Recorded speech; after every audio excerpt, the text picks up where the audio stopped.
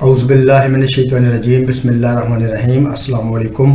فیاض حنیف سندھو آپ کی خدمت میں حاضر ہے۔ سورہ الاعراف آیات 20 تا 25 میں اللہ پاک نے فرمایا، پھر شیطان نے ان کو بہکایا تاکہ ان کی شرمگاہیں جو ایک دوسرے سے چھپائی گئی تھیں ان کے سامنے کھول دے۔ اس نے ان سے کہا، تمہارے رب نے تمہیں جو اس درخت سے روکا ہے اس کی وجہ اس کے سوا کچھ نہیں ہے کہ کہیں تم فرشتے نہ بن جاؤ یا ہمیشگی کی زندگی تمہیں حاصل نہ ہو جائے۔ اور اس نے قسم کھا کر ان سے کہا کہ میں تمہارا سچا خیر خواہ ہوں۔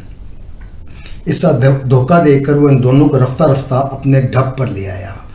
آخر کار جب انہوں نے اس درخت کا مزہ چکھا تو ان کے سطر ایک دوسرے کے سامنے کھل گئے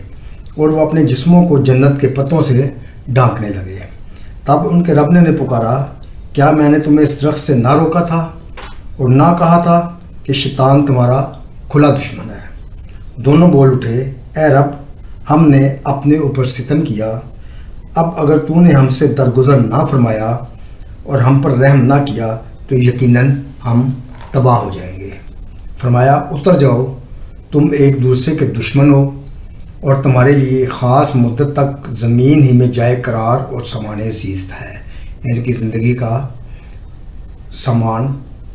اور وہاں رہنے کی جگہ ایک خاص مدت تک تمہاری زمین پر ہے۔ اور فرمایا، وہیں تم کو جینا اور وہی مرنا ہے اور اسی میں سے تم کو آخر کار نکالا جائے گا۔ صدق اللہ العظیم۔ اب میں اس کی مختصر تشریح پیش کرتا ہوں۔ تشریح سید ابوالعلا مودودی رحمۃ اللہ علیہ کی تصنیف کردہ تفہیم القرآن، جو کہ انہوں نے قرآن پاک کی تفصیل لکھی ہے، اس میں سے اس کی تشریح کے لیے مدد دی جائے گی۔ یہ حضرت آدم علیہ السلام اور حضرت مائی حوا علیہ السلام کا قصہ ہے کہ شیطان نے کیسے ان کو بہکایا اور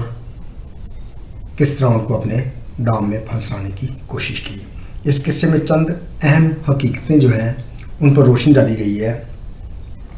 نمبر 1 یہ ہے کہ انسان کے اندر شرم و حیا کا جذبہ جو ہے وہ ایک فطری جذبہ ہے۔ اس کا اولین مظہر یعنی اظہار وہ شرم ہے جو انسان اپنے جسم کے مخصوص حصوں کو دوسروں کے سامنے کھولنے میں فطرتاً محسوس کرتا ہے۔ قرآن ہمیں بتاتا ہے کہ شرم انسان کے اندر تہذیب کے ارتقاء یا تہذیب کی ترقی کے ساتھ مصنوعی طور پر پیدا نہیں ہوئی ہے اور نہ یہ کسی محنت یا تدبیر سے انسان نے حاصل کی ہے، جیسا کہ شیطان کے بعض شاگردوں نے یہ قیاس کیا ہے، بلکہ حقیقت میں یہ وہ فطری چیز ہے جو اول روز سے انسان کے اندر موجود ہے۔ اس کے بعد دوسری بات جو اس میں اہم اشارہ کیا گیا ہے کہ شیطان کی پہلی چال جو اس نے انسان کو فطرت انسانی کی سیدھی راہ سے ہٹانے کے لیے چلی تھی کہ اس کے اس جذبہ شرم و حیا پر ضرب لگائے اور اس کے لیے فواہش کا دروازہ کھولے اور ان کو جنسی معاملات میں بدراہ کر دے۔ یعنی کہ اس نے اپنے جو حریف تھا اس کے کمزور ترین جو پہلو تھا، اس کی زندگی کا جنسی پہلو تھا، اس پر اس نے جو ضرب لگائی تاکہ جو اس کے اندر شرم و حیا کی اللہ نے ایک دیوار اس کے سامنے کھڑی کی ہوئی ہے، وہ جو ہے اس کے اوپر اس نے ضرب لگائی۔ جیسا کہ شیاطین اور ان کے شاگردوں کی روش، یہ آج تک بھی یہ روش ان کی جوں کی توں قائم ہے کہ ترقی کا کوئی کام ان کے ہاں شروع نہیں ہو سکتا جب تک عورت کو بے پردہ کر کے وہ بازار میں نہ لا کھڑا کریں اور اسے کسی نہ کسی طرح عریاں نہ کر دیں۔ اس کا تیسری چیز تیسرا جو اس میں جو چیز واضح کی گئی ہے یا واضح ہوتی ہے اسے کہ انسان جو ہے اس کے اندر ہمیشہ کی زندگی حاصل کرنے کی ایک فطری خواہش موجود ہے اور شیطان کو اسے فریب دینے میں پہلی کامیابی اسی ذریعہ سے ہوئی کہ اس نے انسان کی اس خواہش سے اپیل کی۔ شیطان کا سب سے زیادہ چلتا ہوا حربہ یہ ہے کہ وہ آدمی کو بلندی پر لے جانے اور موجودہ حالت سے بہتر حالت پر پہنچا دینے کی امید دلاتا ہے، پھر اس کے لیے وہ راستہ پیش کرتا ہے جو اسے الٹا پستی کی طرف لے جائے۔ پھر اگلا یہ ہے کہ عام طور پر یہ مشہور ہے کہ شیطان نے پہلے حضرت مائی حوا جو تھیں ان کو بہکایا، پھر انہیں حضرت آدم علیہ السلام کو بہکانے کے لیے اعلی کار کے طور پر استعمال کیا، لیکن قرآن پاک اس کی تردید کرتا ہے۔ اس کا قرآن پاک کا بیان یہ ہے کہ شیطان نے دونوں کو دھوکہ دیا اور دونوں اس سے دھوکہ کھا گئے۔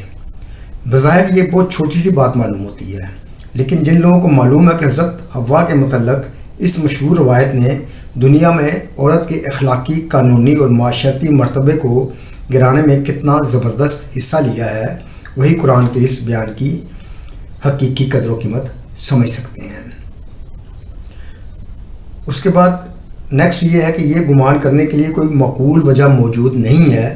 کہ یہ جو شجر ممنوع تھا، جس درخت کو ان کو کھانے سے منع کیا گیا تھا، اس کا مزہ چکھتے ہی آدم و حوا کے سطر کھل گئے، یہ اس درخت کی کسی خاصیت کا نتیجہ نہ تھا۔ در حقیقت یہ اللہ تعالیٰ کی نافرمانی کے سوا کسی اور چیز کا نتیجہ نہ تھا۔ اللہ تعالیٰ نے پہلے ان کا سطر اپنے انتظام سے ڈھانکا تھا، جب انہوں نے حکم کی خلاف ورزی کی تو اللہ تعالیٰ نے یہ حفاظت جو تھی، ان کے سطر کی حفاظت، وہ اپنی حفاظت اس سے ہٹا لی، ان کا پردہ کھول دیا۔ یہ گویا ہمیشہ کے لیے اس حقیقت کا مظاہر تھا کہ انسان جب اللہ کی نافرمانی کرے گا تو دیر یا سویر اس کا پردہ کھل کر رہے گا، اور یہ کہ انسان کے ساتھ اللہ کی تائید و حمایت اس وقت تک رہے گی جب تک وہ اللہ تعالیٰ کا فرما بردار رہے گا۔ جیسے ہی وہ اطاعت کی حدود سے قدم باہر نکالنے کے بعد نکالے گا، اسے اللہ تعالیٰ کی تائید و حمایت جو ہے وہ ہرگز حاصل نہ ہوگی، بلکہ اس سے خود اس کے اپنے نفس کے حوالے کر دیا جائے گا۔ یہ وہی مضمون ہے جو متعدد احادیث میں نبی صلی اللہ علیہ وسلم نے ارشاد فرمایا ہے، اور اسی کے متعلق حضور صلی اللہ علیہ وسلم نے دعا فرمائی ہے کہ خدایا میں تیری رحمت کا امیدوار ہوں، بس مجھے ایک لمحہ کے لیے بھی میرے نفس کے حوالے نہ کر۔ اس نیکسٹ جو اگلا پوائنٹ ہے وہ یہ ہے کہ شیطان یہ ثابت کرنا چاہتا تھا کہ انسان اس فضیلت کا مستحق نہیں ہے جو اس کے مقابلہ میں، یعنی کہ شیطان کے مقابلہ میں انسان کو دی گئی ہے، لیکن پہلے ہی مارکے میں اس نے شکست کھائی۔ اس میں شک نہیں ہے کہ اس مارکے میں انسان اپنے رب کے امر کی، حکم کی فرما برداری کرنے میں پوری طرح کامیاب نہ ہو سکا، اور یہ اس کی کمزوری ظاہر ہو گئی کہ وہ اپنے حریف مخالف کے فریب میں آ کر اطاعت کی راہ سے ہٹ سکتا ہے۔ مگر بہرحال اس اولین مقابلہ میں یہ قطعی ثابت ہو گیا کہ انسان اپنے اخلاقی مرتبہ میں ایک افضل مخلوق ہے، اور شیطان اپنی بڑائی کا خود ہی دعوے دار تھا، اور انسان نے اس کا دعویٰ آپ نہیں بلکہ اللہ تعالیٰ نے اس کو بڑائی دی تھی۔ انسان نے اپنی بڑائی کا دعویٰ خود نہیں کیا بلکہ اللہ تعالیٰ نے اس کو بڑائی دی تھی۔ شیطان نے خالص غرور اور تکبر کی بنا پر اللہ کے حکم کی نافرمانی کی، اپنے آپ اس نے اختیار کی، اور انسان نے نافرمانی کو خود اختیار نہیں کیا بلکہ شیطان کے بہکانے سے وہ اس میں مبتلا ہوا۔ انسان نے شر کی کھلی دعوت کو قبول نہیں کیا بلکہ شر کی دعوت دینے والے کو اس کا خیر خواہ بن کر اس کے سامنے آنا پڑا، اور وہ پستی کی طلب میں نہیں گیا بلکہ اس دھوکے میں مبتلا ہو کر گیا کہ یہ راستہ اسے بلندی کی طرف لے جائے گا، اور شیطان کو تنبیہ کی گئی کہ تو اپنے قصور کا اعتراف کرنے اور بندگی کی طرف پلٹ آنے کی بجائے نافرمانی پر اور زیادہ جم گیا، اور جب انسان کو اس کے قصور پر متنبہ کیا گیا تو اس نے شیطان کی طرح سرکشی نہیں کی بلکہ اپنی غلطی کا احساس ہوتے ہی وہ نادم ہوا اور اپنے قصور کا اعتراف کر کے بغاوت سے اطاعت کی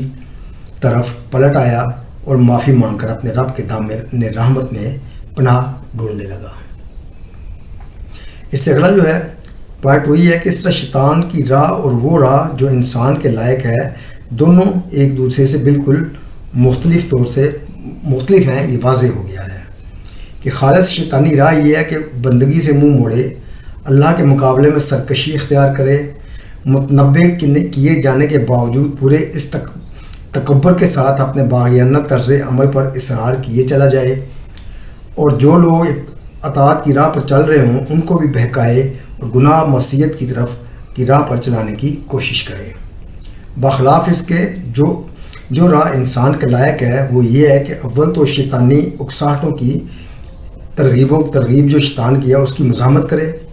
اور اپنے اس دشمن کی چالوں کو سمجھنے اور اس سے بچنے کے لیے ہر وقت چکنا رہے۔ لیکن اگر کبھی اس کا قدم بندگی و اطاعت کی راہ سے ہٹ بھی جائے تو اپنی غلطی کا احساس ہوتے ہی ندامت و شرمساری کے ساتھ فوراً اپنے رب کی طرف پلٹے اور اس قصور کی تلافی کر دے جو اس سے سرزد ہو گیا ہے۔ یہی وہ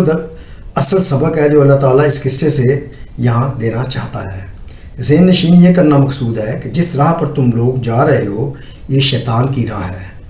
یہ تمہارا خدائی ہدایت سے بے نیاز ہو کر شیاطین جن و انس کو اپنا ولی و سرپرست بنانا اور تمہارا پے در پہ نصیحتوں کے باوجود اپنی غلطی پر اصرار کیے جانا، یہ دراصل خالص شیطانی رویہ ہے۔ تم اپنے ازلی دشمن کے دام میں گرفتار ہو گئے ہو اور اس سے مکمل شکست کھا رہے ہو۔ اس کا انجام پھر وہی ہے جس سے شیطان خود دوچار ہونے والا ہے۔ اگر تم حقیقت میں خود اپنے دشمن نہیں ہو گئے ہو اور کچھ بھی ہوش تمہیں باقی ہے تو سنبھلو اور وہ راہ اختیار کرو جو آخر کار تمہارے باپ اور تمہاری ماں آدم و حوا نے اختیار کی تھی۔ اس سے آگے فرمایا اللہ پاک نے قرآن پاک میں، اتر جاؤ تم ایک دوسرے کے دشمن ہو اور تمہارے لیے خاص مدت تک زمین ہی میں جائے قرار و سامان زیست ہے، یعنی کہ زندگی کا سامان جو ہے تمہارے لیے اب زمین میں ہی ہے۔ اور فرمایا وہیں تم کو جینا اور وہیں مرنا ہے اور اسی میں سے تم کو آخر کار نکالا جائے گا۔ یہ شبہ نہ کیا جائے کہ حضرت آدم علیہ السلام اور حضرت حوا علیہ السلام جو تھیں ان کو جنت سے اتر جانے کا حکم سزا کے طور پر دیا گیا تھا۔ قرآن میں متعدد مقامات پر اس کی تصریح کی گئی ہے، اس کی وضاحت کی گئی ہے کہ اللہ نے ان کی توبہ قبول کر لی اور انہیں معاف کر دیا۔ لہٰذا اس حکم میں سزا کا کوئی پہلو نہیں ہے، بلکہ یہ اس منشا کی تکمیل ہے، اس ارادے کی تکمیل ہے جس کے لیے انسان کو پیدا کیا گیا تھا۔ صدق اللہ العظیم۔